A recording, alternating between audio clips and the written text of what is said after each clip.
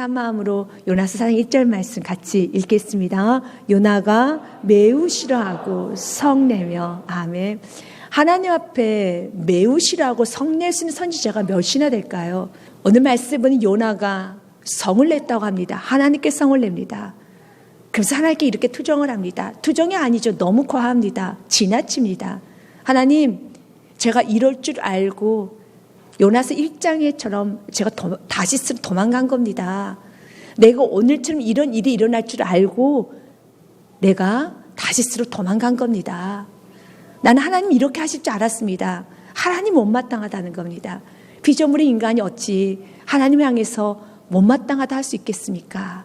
그럼에도 불구하고 그런 요나를 하나님은 지금 설득시키고 있습니다. 그런 요나에게 은혜를 주시면서 하나씩 가르쳐 주십니다.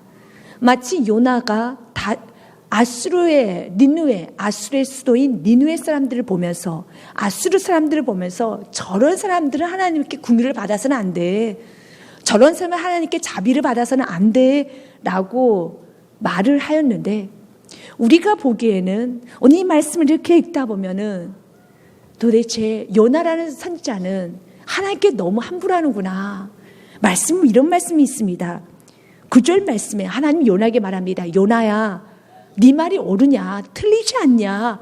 라고 말을 할 때 하나님이 요나에게 이르시되 내가 이 박넝쿨로 말미암아 성내는 것이 죽을 만큼 화내는 것이 아니 죽을 것처럼 화내고 내가 차라리 죽는 것이 낫겠습니다. 라고 말하면서 화내는 것이 어찌 옳으냐 하시니 요나가 대답을 합니다.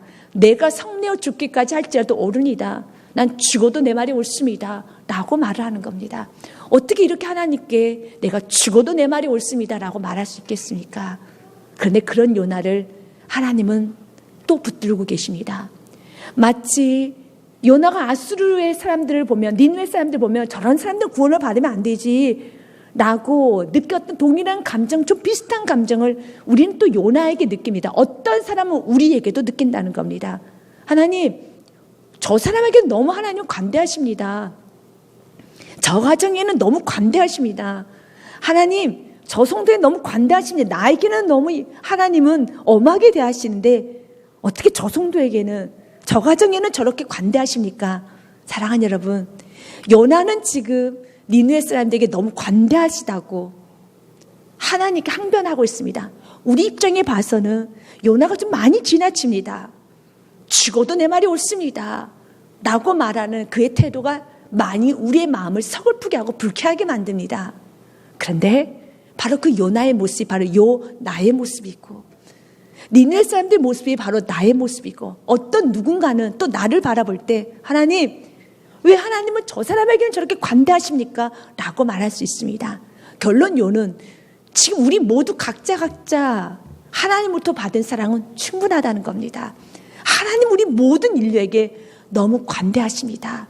오래 참으십니다. 자비가 한이 없으십니다. 한량이 없으십니다. 우리 주님은 여러분 오늘도 우리들에게 은혜를 베풀어 주시고 돌아오기를 원하시고 하나님의 충만한 은혜를 베풀어 주시길 원하고 있습니다. 본문 말씀에 요나가 1절 말씀에 보면 하나님 앞에 화를 냅니다. 성을 냅니다. 여호와의 말씀이 요나가 매우 싫어하고 성내며 그랬습니다. 왜 요나가 싫어하고 성을 내기 시작했냐면 니느웨 백성들이 회개하기 시작합니다. 요나는 그 모습이 제일 싫었던 겁니다. 그때 하나님께서는 그 니느웨 사람들의 회개, 니느웨 사람들의 뉘우침을 받아주시고 10절 말씀에 보면 이렇게 말씀합니다. 같이 읽겠습니다. 하나님이 그들의 행한 것, 곧 그 악한 길에서 돌이켜 떠난 것을 보시고 하나님이 뜻을 돌이키사 그들에게 내리라고 말씀하신 재앙을 내리지 아니하십니다. 아멘. 하나님께서는 우리가 회개하고 죄 용서를 구하면 하나님은 용서하여 주십니다. 하나님 우리가 잘못했습니다 하고 두 손 들면 하나님 무조건 저 용서하여 주십니다. 바로 그 용서로 인해서 저와 여러분이 구원을 받은 것입니다. 그러면 어떤 누군가가 용서를 받으면 우리는 기뻐해야 됩니다. 좋아해야 되는 겁니다. 근데 요나는 그 모습을 보고 4장 1절 말씀에 매우 싫어하는 거예요. 성을 내기 시작합니다. 하나님 싫습니다. 나는 그들이 구원받고 그들이 용서받는 거 싫습니다. 나는 그들이 용서받는 거 정말 싫습니다. 라고 말합니다. 그래서 2절 말씀에 여호와께 기도하여 이르되 여호와여 내가 고국에 있을 때 이러하겠다고 말씀하지 아니하였나이까. 그러면 내가 빨리 다시 스스로 도망하였사오니 주께서 은혜로우시며 자비로우시며 노하기를 더디하시며 인애가 크시사 뜻을 돌이켜 재앙을 내리지 아니하신 하나님이신 줄 내가 알았습니다. 당신은 사랑이 많으시고 자비로우시고 노하기를 더디하시고 인애가 크시고 궁유를 많으셔서 결국은 어떻게 해서든지 용서하여 주실 걸 저는 알았기 때문에 이들이 말씀을 들으면 회개만 하면 당신께서 용서해 주실 걸 알았기 때문에 내가 이들이 구원받는 건 난 보기가 싫습니다. 그래서 제가 다시스 도망간 겁니다. 라고 말하는 것입니다. 그는 자기가 용서받는 것은 괜찮지만 다른 사람 용서받는 걸 싫어해요. 하나님 우리가 그런 마음이 사라지기 원합니다. 나는 하나님께 긍휼을 받기를 좋아하고 다른 사람에게 하나님이 긍휼히 여기시는 것은 못 견뎌하는 그런 마음, 나 같은 마음을 버리십시오. 나의 가정에는 나의 자녀에게는 무한히 하나님께서 좀 넘어가 주셔야 되고 봐주셔야 되고 용서해 주셔야 되고 그냥 덮어주셔야 되지만 다른 사람들에게는 덮어주면 싫어해서 정죄하고 비난하고 판단하고 끝까지 개묻고 내 자녀는 무조건 좀 덮어주길 원하고 내 자녀는 그냥 넘어가 주기를 원하지만 다른 사람의 자녀들은 개묻고 꼬집고 여러분 트집 잡고 트집까지는 아니고 시시비비를 가르자는 거죠. 여러분 여러분의 자녀를 하나님께서 시시비비를 가르는 게 좋습니까? 다 알아요 하나님 그냥 좀 덮어갔으면 좋겠습니까? 저는 우리 교회 성도님들에게 하나님 시시비비를 가르지 마시고 그냥 넘어가는 은혜를 주시옵소서. 우리가 다 원하는 건 넘어가는 은혜예요. 그러면 우리도 시시비비를 따져가면서 옳으니 그르니를 따지는 것이 아니라 이것이 복음과 상관없는 요나는 니느웨 백성들이 싫은 거예요. 그들이 우리 이스라엘에게 어떻게 했는데 잔인하게 하였고 우리를 고생시켰고 힘들게 하였기 때문에 싫다라는 거예요. 합당한 이유가 있습니다. 우리도 시시비비를 가는 데 이유가 있죠. 누군가를 정죄하는 데 이유가 있죠. 판단하는 데 이유가 있습니다. 그러나 그 자녀가 내 자녀라면 이유가 있는 줄 알면서도 분명히 정죄받고 판단받아야 되는 거 손가락질 받아야 되는 걸 알면서도 내 자녀라면 다 알아요. 그냥 좀 덮어가 주세요. 다 알아요. 우리 가정에 문제 있는 거 알아요. 내 자녀 문제 있는 거 알아요. 나에게 문제 있는 거 알아요. 좀 덮어가 주세요. 라고 기도하고 원하지 않습니까? 저도 그렇게 성도님들을 위해서 기도할 때 하나님 올 한 해도 매 순간순간마다 넘어가는 은혜를 허락하여 주시고 말씀으로만 좀 조명시켜 주시옵소서 라는 기도를 참 자주 합니다. 그런데 때로는 우리 안에 요나 같은 마음이 있어서 나에게는 그러기를 원하지만 다른 사람이 좀 넘어가면은 그걸 힘들어한다라면 그러면서 우리 안에 판단하고 여러분 재판하고 있다라면 그런 마음을 버려야 되는 거예요. 천국 갈 사람은 그런 마음을 가져서는 안 됩니다. 누가복음 18장, 마태복음 18장 말씀에 보면 천국에 관한 말씀입니다. 그러므로 천국은 그의 종두가 결산을 하던 어떤 임금과 같으니라고 했습니다. 천국에 관한 비유입니다. 임금이 있습니다. 근데 그 임금은 돈이 아주 많습니다. 돈을 빌려줬어요. 1만 달란트를 빌려줬는데 1만 달란트를 어떻게 갚습니까? 못 갚습니다. 100년이 되어도 1000년이 되어도 못 갚는 것입니다. 그래서 27절과 28절 말씀은 그 종의 주인이 불쌍히 여겨서 놓아보내며 그 빚을 탕감하여 주었더니 28절 말씀에 그때 탕감받은 1만 달란트를 탕감받은 100년이 지나도 1000년이 지나도 갚을 수 없는 1만 달란트를 탕감받은 그 사람이 지나가서 100데나리온의 빚진 동료 한 사람을 만나 붙들어 목을 잡고 이르되 빚을 갚으라 합니다. 그리고 결국은 그를 감옥에 집어 넣어버립니다. 조금만 기다려 주십시오. 제가 다음 주에 갚겠습니다. 3일 후면 갚겠습니다. 일주일 후면 갚겠습니다. 라고 말해서 애걸했음에도 불구하고 그냥 감옥에 집어 넣어버립니다. 그래서 누가 보게 되냐면 동료들이 보게 됩니다.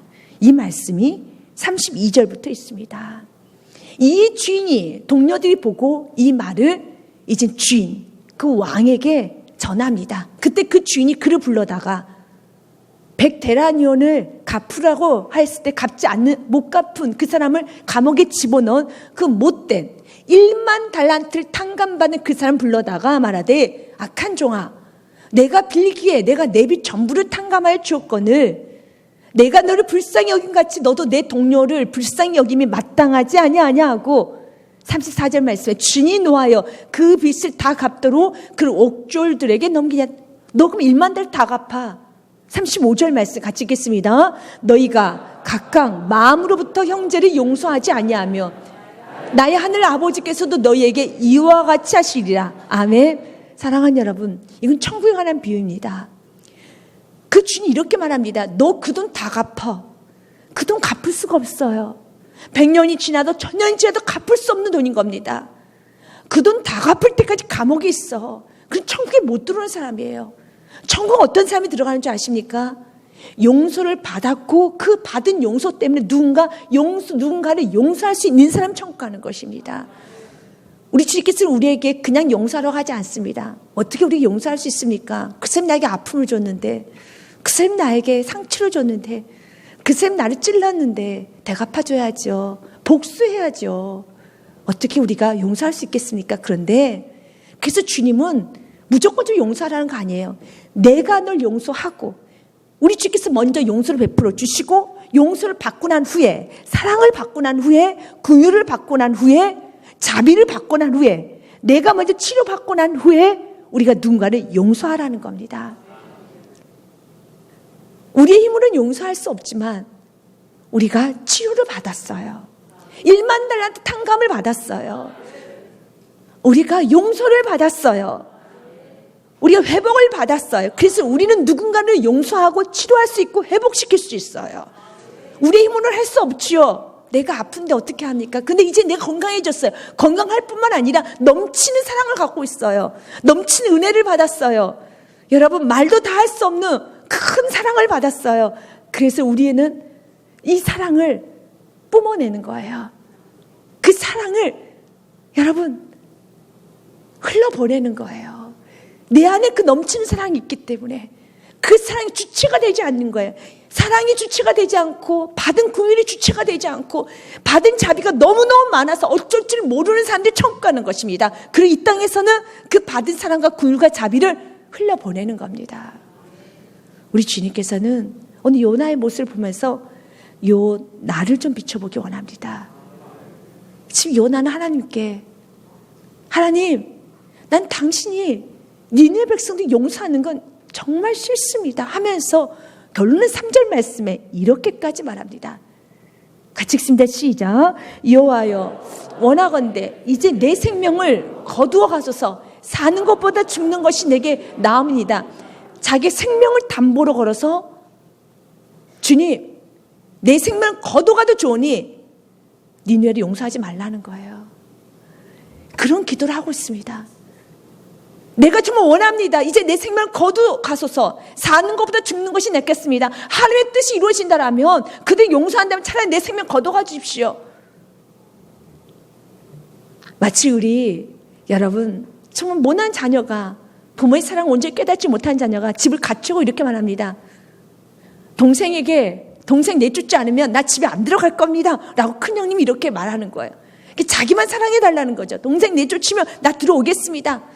동생을 용돈을 주지 않고 나만 주면 저 집으로 들어가고 밥도 먹겠습니다 라고 하는 식으로 아주 뻔한 행동을 합니다. 뻔한 행동을 해요. 하나님은 이 요나의 모습이 지금 우리들의 모습은 아닌가 보기 원합니다. 그러니까 하나님은 아수르 백성들 때문에도 마음이 너무 아프고, 요나 때문에 너무 마음이 아프고, 하나님의 마음은 너무 아파요. 그 중에 이제 저와 여러분은 하나님의 마음을 아프게 하는 성도가 아니라 하나님의 마음을 시원케 하는 성도가 되기 원합니다.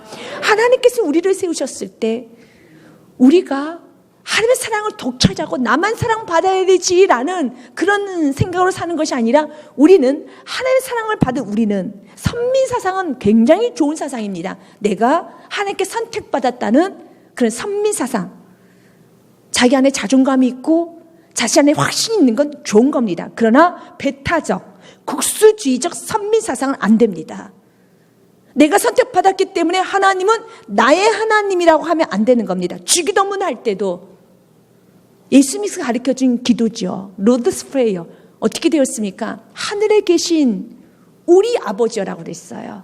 나의 아버지가 아니라 하늘에 계신 우리 아버지여, 이름의 거룩히 여김을 받으시오며라고 되어 있습니다. 나의 하나님인 건 맞지만 그 하나님이 내 소유물로 내 것이라고 하면 안 되는 겁니다. 하나님께서 나를 소유 삼아야 되는 것입니다. 그래서 출애굽기 19장 6절 말씀에 보면 이스라엘 백성들에서 이렇게 말합니다. 너희가 내게 대하여 제사장 나라가 되며, 아멘, 제사장 나라로 삼았습니다. 제사장 나라가 무엇입니까? 제사장이 하는 일은 무엇일까요? 아론에게 시켰던 건 무엇입니까? 너희는 내 백성은 축복하라. 제사장이 해야 되는 것은 축복밖에 없습니다. 그래서 아브라함을 부르셨대도 창세기 12장 말씀에 아브라함을 통해서 하나님께서 결론적으로 주시고자 하는 것은 무엇이었습니까? 바로 열방을 축복해 주시기 원한 것이었습니다. 내가 너로 큰 민족을 이루고 내게 복을 주어, 먼저는 아브라함에 복을 줘서 내 이름을 창대케 하리니, 이것으로 끝나는 것이 아닙니다. 너는 복이 될지어라. 그래서 복이 되어서 무엇하라고요? 3절이 아브라함이 해야 되는 사명이죠. 명령입니다. 미션입니다. 같이 읽겠습니다. 시작. 너를 축복하는 자에게 내가 복을 내리고 너를 저주하는 자에게 내가 저주하리니 땅의 모든 족속이 너로 말미암아 복을 얻을 것이니라 하신지라. 아멘. 요나를 통해서 하나님께서 원하시는 그림은 복의 통로되는 겁니다. 복을 얻을 것입니다. 하나님께서는 아브라함을 부르셔서 내가 너로 큰 민족을 이루고, 두 번째로 이름을 창대케 하고, 이게 하나님께 주신 거예요. 하나님은 그를 높이셨습니다. 그리고 이름을 창대케 하고 큰 민족을 이루어서 복의 근원, 복이 될지라 하였습니다. 그래서 이렇게 창대케 되고 큰 민족을 이루고 복이 되어서 무엇합니까? 열방을 축복하는 거예요. 너로 말미암아 복을 얻을 것이니라. 우리는 복의 통로가 되어야 되는 겁니다. 그런데 요나는 잘못된 생각을 하고 있어요. 자기 이름이 창대케 되는 건 당연하게 여기고, 자신이 축복받는 건 당연하게 여기고, 그 축복을 주신 이유를 잊어버렸어요. 왜 축복을 주셨고, 왜 우리 주께서 우리를 구원하셨는가, 왜 우리에게 사랑을 주셨는가, 왜 우리 주께서 우리에게 은혜를 주셨는가. 바로 그 은혜를 흘려보내라는 거예요. 그래서 신약에서는 왕같은 제사장을, 저와 여러분을 왕같은 제사장이라 하죠. 저와 여러분은 무엇하라고? 베드로서 2장 9절 말씀 같이 읽겠습니다. 시작. 그러나 너희는 택하신 족속이요 왕같은 제사장들이요 거룩한 나라요 그의 소유가 된 백성이니, 이는 너희를 어두운 데서 불러내어 그의 기이한 빛에 들어가신 이의 아름다운 덕을 선포하게 하려 함이라. 아멘. 우리 왕같은 제사장입니다. 주님이 택하신 족속입니다. 거룩한 나라입니다. 그의 소유가 된 백성입니다. 어두운 데서 빛을 불러내었습니다. 그리고 나서 무엇을요? 아름다운 덕, 복음을 전하라고. 나만 구원받고 천국 혼자 가는 것이 아니라, 천국은 우리가 전도를 몇 명 해야지만 천국 갈 수 있으면 그런 건 없습니다. 예수 믿고 천국 가는 겁니다. 마치 우편강도 한 거 아무것도 없어요. 십자가 위에서 예수를 만났어요. 그래서 예수께 이렇게 말합니다. 당신의 나라가 임할 때 나를 기억하소서. 그때 예수님 말합니다. 그 아들에게 예수님께서는 이제 너와 함께, 내가 너와 함께 낙원에 있으리라. 내가 너와 함께 낙원에 있으리라. 지금 우편강도는 한 게 아무것도 없었어요. 죄만 짓다 왔어요. 죄만 지었습니다. 그 동일하게 예수님과 함께 십자가 틀에 박혀 있어요. 죄로 인해서 어떤 죄를 지었는지 모르지만 아주 나쁜 죄를 많이 지었나 봐요. 그래서 그 십자가 틀에 매달려 있습니다. 그런데 은혜로 예수님을 보면서 하나님의 나라를 봤어요. 그래서 하나님께 말하는 겁니다. 나를 기억해달라고. 그때 우리 예수님은 이렇게 말합니다. 내가 나와 함께 낙원에 있으리라. 이게 천국 백성 되었다는 거죠. 그렇다고 해서 우편강도가 아무것도 안 했는지 아십니까? 아닙니다. 여러분, 전도를 몇 명 해야 천국 갈 수 있어요? 그런 건 없습니다. 예수 믿으면 가면 예수 믿고 가는 거지. 예수 믿는 사람은 나타나는 현상이 있어요. 그 우편강도도 그가 했던 것은 전도였습니다. 그 좌편에 있는 그 친구에게 그렇게 절친이었습니다. 하나 되었습니다. 근데 꾸짖습니다. 너와 나는 우리 지혜로 말미암아 이렇게 했는데 아직까지 정신을 못 차리냐 꾸짖습니다. 이게 우편 강도예요. 그를 교화시키려고 합니다. 예수 만난 사람들은 전하게 돼 있어요. 아름다운 덕을 전하게 되어 있습니다. 예수 만난 사람들은 여러분 내가 만난 예수를 전할 수밖에 없어요. 우리가 예수를 만나고 이제는 주님의 왕 같은 제사장, 주의 소유된 백성, 우리는 주님의 택하신 족속이 되었습니다. 그러면 이제 그 사랑을 안고 우리는 그대로 전해야 돼요. 이웃들에게 전해야 됩니다. 아름다운 덕을 선포해야 됩니다. 이것이 주님께서 우리를 이 땅에 남겨두신 목적이에요. 내가 왜 너를 80년간, 70년간, 90년간 내가 너에게 사업장을 주고 가정을 주고 내가 내 교회를 주었는지 아느냐? 복음 전하라는 겁니다. 그 아름다운 덕, 나에게 베풀었던 무한한 긍휼을 그 사람에게도 그대로 임할 걸 믿고 전하라는 것입니다. 그런데 요나는 전하지는 않고 이렇게 말합니다. 내 생명을 걸고 주님께 기도합니다. 내 생명을 차라리 거둬가는 게 좋습니다. 아니면 당신의 뜻을 굽혔으면 좋겠습니다. 니네 백성들 심판하십시오. 생명 걸고 다시 한번 주님께 이런 하나님 기뻐하지 않는 기도를 합니다. 그때 하나님은 말씀합니다. 너의 기도가 옳으냐? 너의 생각이 옳으냐? 내가 성내는 것이 옳으냐라고 말합니다. 여호와께서 이르시되 내가 성내는 것이 옳으냐 하시니라. 그때 요나는 아무 말도 하지 않습니다. 여기까지만 봐도 우리 하나님 요나에게 너무 관대하지 않습니까? 그 요나는 너무 여러분 거만하지 않습니까? 정말 요나에게 지금 니느웨에게 임해야 될 그 심판이 요나에게 임해야 될 것 같습니다. 여러분 정말 하나님 앞에 이놈 크게 혼나야 될 것 같습니다.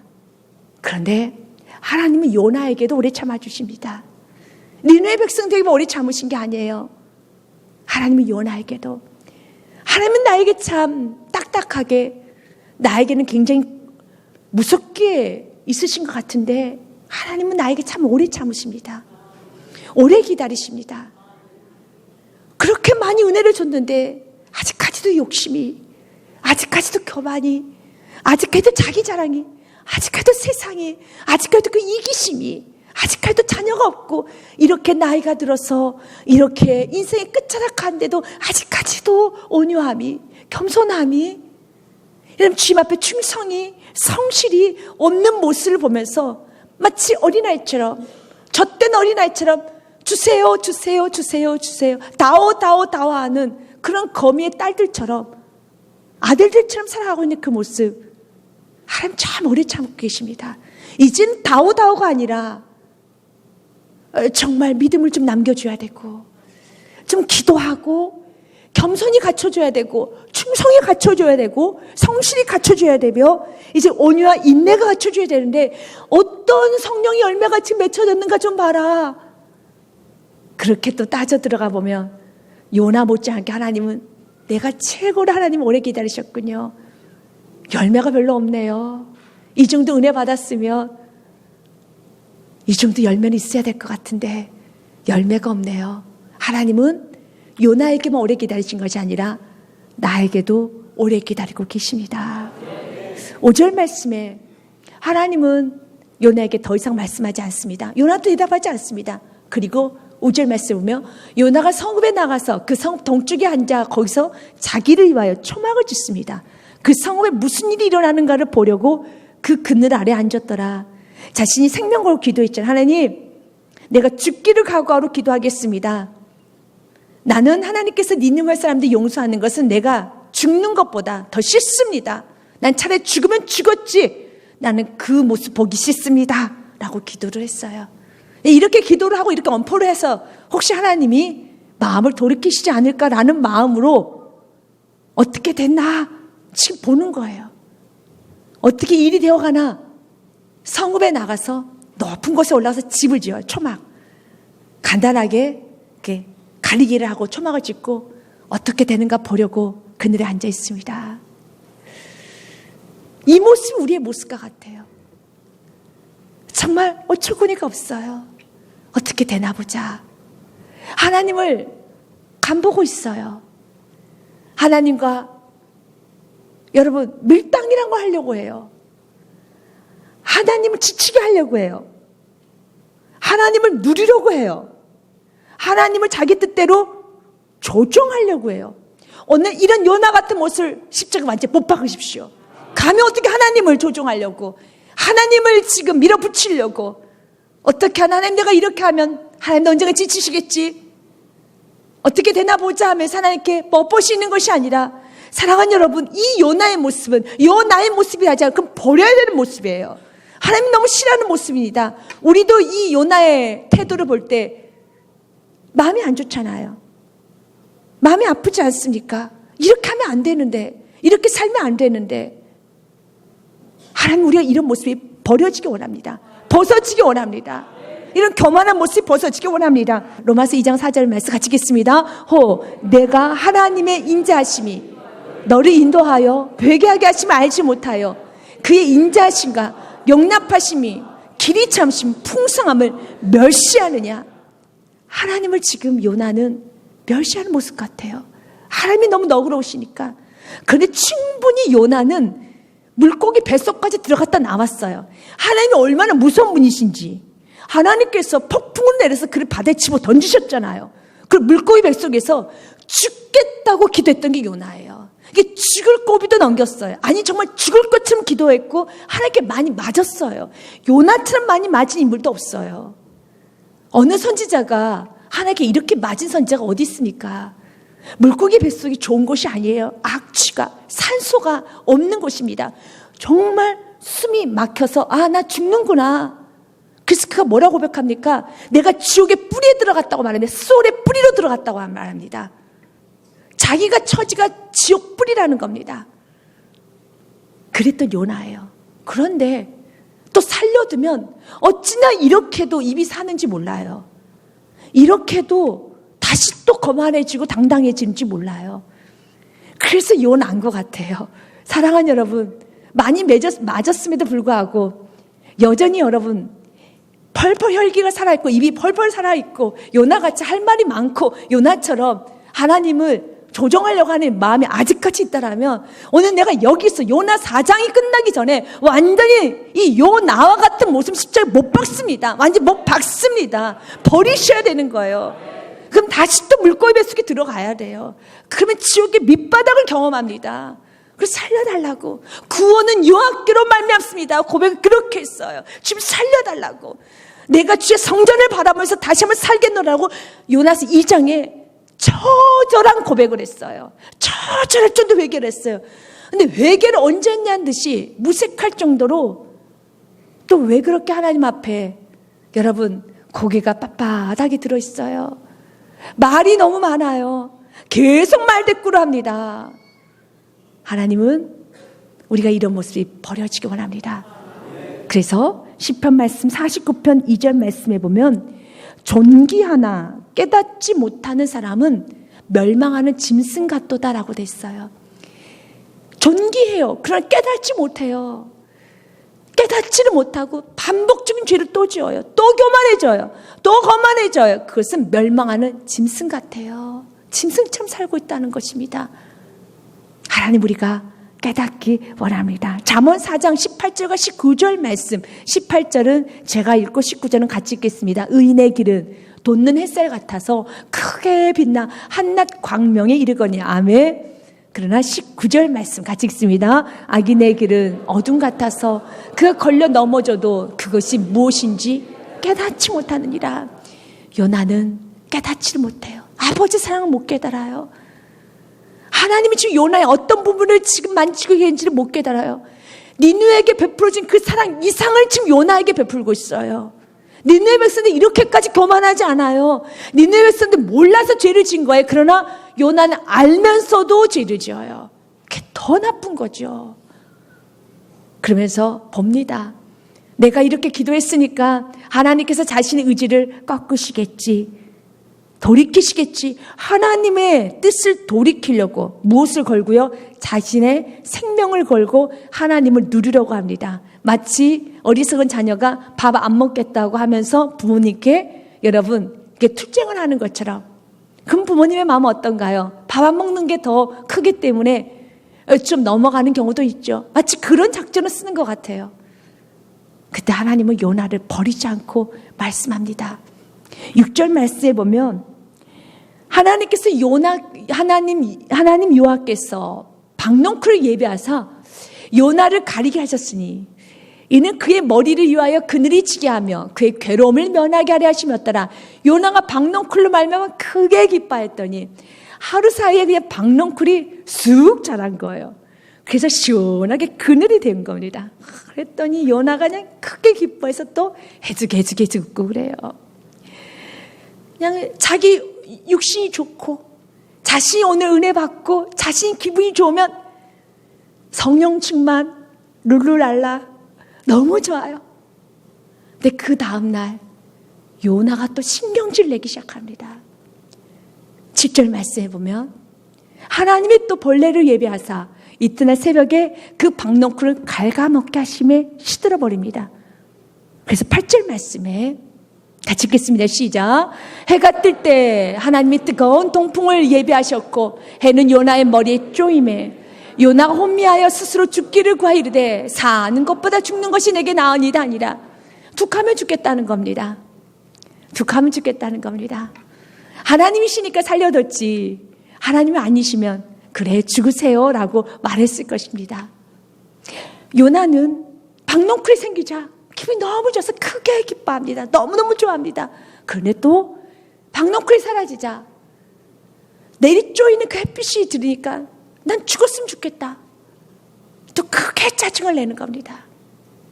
하나님은 요나에게 너가 성내는 것이 옳으냐라고 말합니다. 너 성내는 거 옳지 않아. 4장 9절 말씀에 하나님이 요나에게 이르시되 내가 이 박넝쿨로 말미암아 성내는 것이 어찌 옳으냐 하시니 그가 대답하되 내가 성내어 죽기까지 할지라도 옳습니다. 눈에 보이는 게 없어요. 나는 죽으면 죽었지 옳습니다. 우리가 신앙생활 하면서도 요나 같은 모습이 종종 보일 때가 있습니다. 내가 만족이 되고 내 감정이 만족이 되고 내가 기쁘고 내가 좋으면 그냥 천국과 같이 기쁘게 웃고 춤추고 여러분 환하게 다닙니다. 그러나 조금 내 생각과 틀리고 좀 내 뜻대로 관찰이 되지 않으면은 심각하게 화를 냅니다. 모든 성격이 다 드러납니다. 그럴 때 말합니다. 이게 옳으냐라고 말하면 퉁퉁거리고 다닙니다. 나는 옳다고 생각합니다. 나는 맞다고 생각합니다. 내 말이 맞습니다. 하나님은 우리가 이런 모습이 보여버리기 원합니다. 내가 만족이 되면 기뻐 춤추고 조금 나하고 틀리면은 여러분 심하게 성내고 그리고 하나님께서 말씀을 타치할 때 이거 옳지 않지. 이거 너 뭐 버려져야 될 거지. 너 문제가 있지. 엎드려줘야지 말하면 아니라고. 내 말이 옳다고. 라고 말하고 있다라면 하나님 오늘 이 요나의 모습을 통하여 내가 버려지기 원하고 내가 깨어지기 원합니다. 주님께서 이 박넝쿨로 말미암아 성내는 것이 어찌 옳으냐. 내가 성내어 죽기까지 할지라도 옳으니다. 그때 우리 주님 말합니다. 박넝쿨 하나한테 성내는 것이 옳겠느냐? 10절 말씀에 주님 이런 말씀하십니다. 같이 읽겠습니다. 여호와께서 이르시되 내가 수고도 아니하였고 재배도 아니하였고 하룻밤에 났다가 하룻밤에 말라버린 이 박넝쿨도 아꼈거든.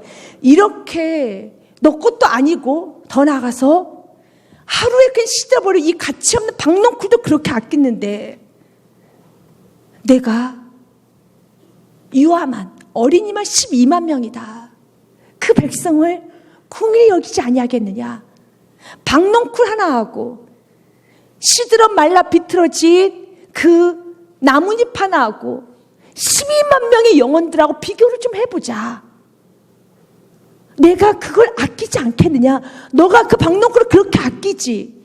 그 시들어가는 그 풀잎하고 12만 명이 되는 영혼하고 비교해보자. 우리 지금 우리 이렇게 설득시켜요. 우리 이렇게 설득시킵니다.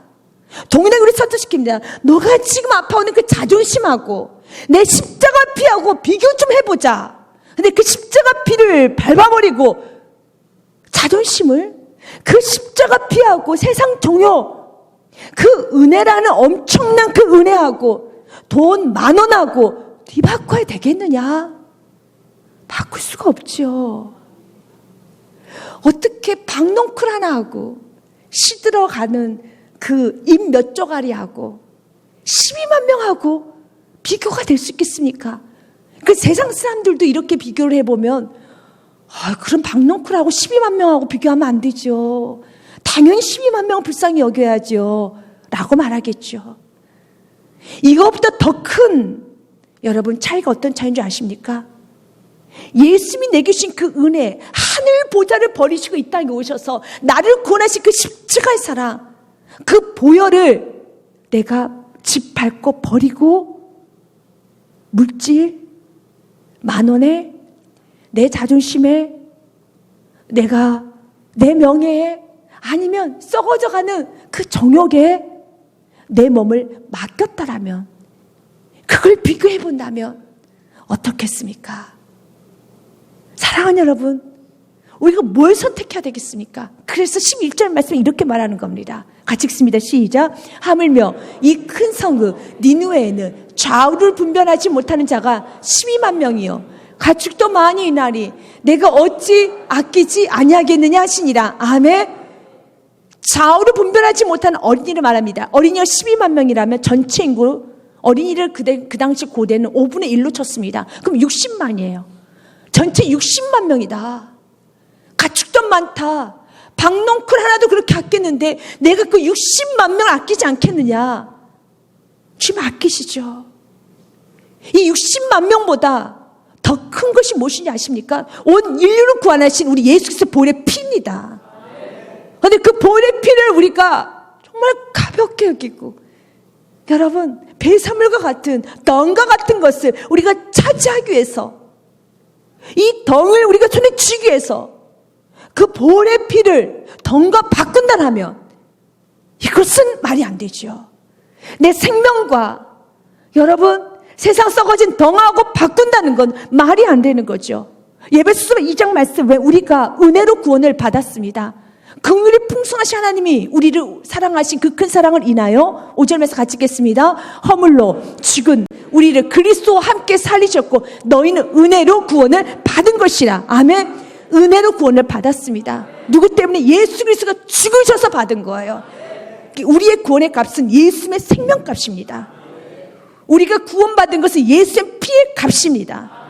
그 피의 값으로 우리가 새 사람을 입었어요. 새 생명을 얻었습니다. 천국 백성이 되었습니다. 새 사람이 되었습니다.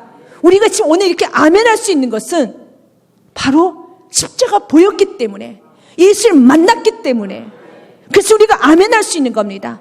그럼 이 아멘을 우리는 누려야 되죠. 이 아멘을 소중히 여겨야죠. 이 예배를 소중히 여기죠. 절대로 예수 믿지 않은 사람들 아멘하지 않지요. 예배를 소중히 여기지 않지요. 그들은 말씀을 소중히 여기지 않지요. 그러나 우리는 예수의 보혈의 피로 진리가 눈에 떠진 거예요. 예수의 보혈의 피로 죄가 죄인 줄 알게 되고, 예수의 보혈의 피로 무엇이 가치 있는 것인지 알게 되었어요. 이건 예수의 보혈의 피의 값입니다. 우리가 아멘할 수 있는 것은 예수 보혈의 피의 값이에요. 우리가 예배를 즐거이 드릴 수 있는 건 예수 보혈의 피의 값입니다. 우리가 주의 뜻대로 살고자 하는 귀한 마음을 주신 건 예수의 피의 값입니다. 세상에서는 그 마음을 갖지 않습니다. 오직 예수의 피로 받은 것입니다. 그럼 그 예수의 피를 박농쿨과 바꿔야 되겠습니까? 예수의 피를 배설물과 바꿔야 되겠습니까? 바꿀 수 없어요. 바꿔서는 안 되죠. 주님 말합니다. 이거 어찌 비교가 되겠느냐? 우리 귀한 고백 로마서 14장 8절과 빌립보서 1장 말씀, 우리 모든 그리스도인들의 고백입니다. 같이 읽습니다. 우리가 살아도 주를 위하여 살고 죽어도 주를 위하여 죽나니 그러므로 사나 죽으나 우리가 주의 것이로다. 아멘. 이것이 그리스도의 고백입니다.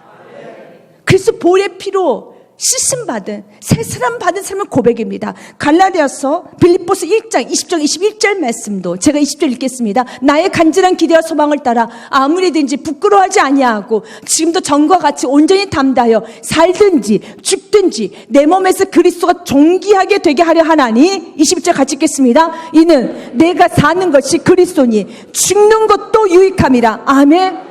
예수의 보혈의 피로 받은 사람은 이런 고백을 합니다. 너무 그 보혈의 피가 크기 때문에 내가 죽는 것도 오히려 유익해. 살아도 주를 위해, 죽어도 주를 위해.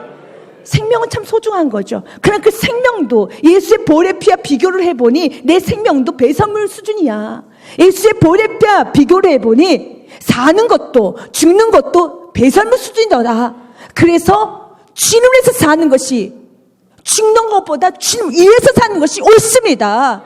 사나 죽으나 그리스도만 위하면 되는 것입니다. 그리스도에 유익하면 되는 것입니다. 왜 그렇습니까? 그 보혈의 피가 그 가치가 크기 때문에, 비교할 수 없기 때문에. 하나님은 요나에게 말합니다. 요나야, 박농쿨하고 60만 명을 비교해봐. 비교가 되느냐? 안 되지. 내가 어디를 궁일이 여길지 60만 명 궁일이 여겨야지. 우리 지금 그 가치를 묻고 있습니다. 오늘 동일하게 우리에게도 묻습니다. 그래, 날이 너무 뜨거워서 화날 수 있어. 너의 원수가 축복받는데 화날 수 있어. 너의 자존심이 상했고, 너의 육체적 피곤하고, 지금 너가 너무 덥고 짜증스럽고 가난하고 배고프고 다 이유가 있어. 그러나 내가 널 살려준 그 천국의 은혜, 보혈의 피의 은혜가 이 모든 거를 비교해도 이 모든 걸 쉽게 넘어갈 수 있을 만큼 너무 큰 은혜가 아니었니? 라고 묻는 것입니다. 너무 큰 은혜죠. 비교가 안 되는 것이죠.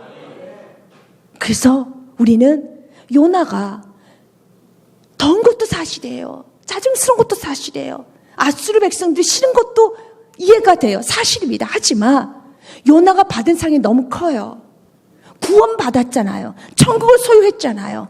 보혈의 피를 받았잖아요. 그러면은 이게 너무 커서 다른 건 보이지 않아야 돼요. 주님 내게 너무 과분합니다. 주님 나에게 너무 많은 걸 주셨습니다. 너무 과분합니다. 그래서 오직 우리의 삶에 구원의 감격으로 나머지 모든 것이 채워지지 않아도 나의 평생에 감사합니다. 고맙습니다. 사랑합니다. 고백하면서 하는 것이 우리 그리스도인들의 제자의 삶입니다. 여러분 삶에 날마다 이 은혜가 충만하시기를 주님의 이름으로 축복드립니다.